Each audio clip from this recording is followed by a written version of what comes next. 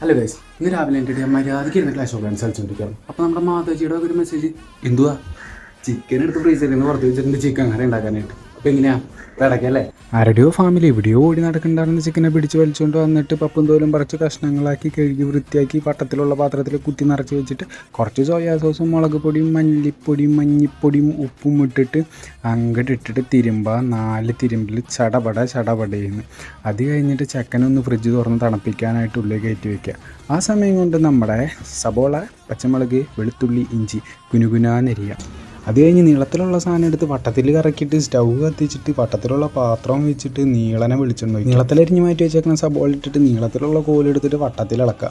അത് കഴിഞ്ഞിട്ട് കുനുകുനാന്ന് അരിഞ്ഞ് വെച്ചിരിക്കുന്ന ഇഞ്ചിയും പച്ചമുളകും വെളുത്തുള്ളിയും ഇടുക. വീണ്ടും ഇളക്കുക. വട്ടന 4 ഇളക്കൽ. അങ്ങനെ ഇളക്കി കഴിച്ച് വരുമ്പോൾ കുറച്ച് ഉപ്പ് എടുത്തിട്ടിട്ട് പിന്നെ എന്തിനാ ചേട്ടാ എന്നെ നിങ്ങൾ ഇടണം, നിങ്ങൾക്ക് എന്നെ എടുത്ത് വെളിയിൽ ഇടാനുള്ളതെന്നുള്ള വേപ്പിലയുടെ ഭാവം മാറ്റി വെച്ചിട്ട് കുറച്ച് വേപ്പില ഇതാക്കി എടുക്കുന്ന കുരുമുളക് പൊടി, മല്ലിപ്പൊടി, മഞ്ഞപ്പൊടി, ഉപ്പ്, ഗരം മസാല, പിന്നെ നമ്മുടെ മെയിൻ ചിക്കൻ മസാല, ഇതും എല്ലാം ആഡ് ചെയ്തിട്ട് അങ്ങോട്ട് വീണ്ടും 4 ഇളക്കി പരിവാകുമ്പോൾ ഫ്രീസറിൽ തണുത്ത് വിറച്ചിരിക്കുന്ന ചിക്കൻ എടുത്തുകൊണ്ട് വന്നിട്ട് തട്ടുക. അപ്പോൾ ഒരു സൗണ്ട് വരും, അതൊന്നും മൈൻഡാക്കൊന്നും വേണ്ട. എന്നിട്ട് 4 ഇളക്കിയിട്ട് പിന്നെ കുറച്ച് തണുത്ത വെള്ളം എടുത്തിട്ട് അങ്ങോട്ട് ഒഴിക്കുക. എന്നിട്ട് മൂടി വെച്ചിട്ട് പിന്നെ തുറന്ന് കഴിയുമ്പോൾ ഇതിങ്ങനെ തിളയ്ക്കണം. അതൊരു അരമണിക്കൂർ കഴിഞ്ഞിട്ട് എടുത്ത് ഇതിങ്ങനെ സെർവ് ചെയ്ത് കഴിഞ്ഞാൽ നമുക്ക് നല്ല രീതിയിൽ അങ്ങോട്ട് കഴിക്കാം. അപ്പം അത്രയ്ക്കുള്ളൂ. അപ്പോൾ ബൈ.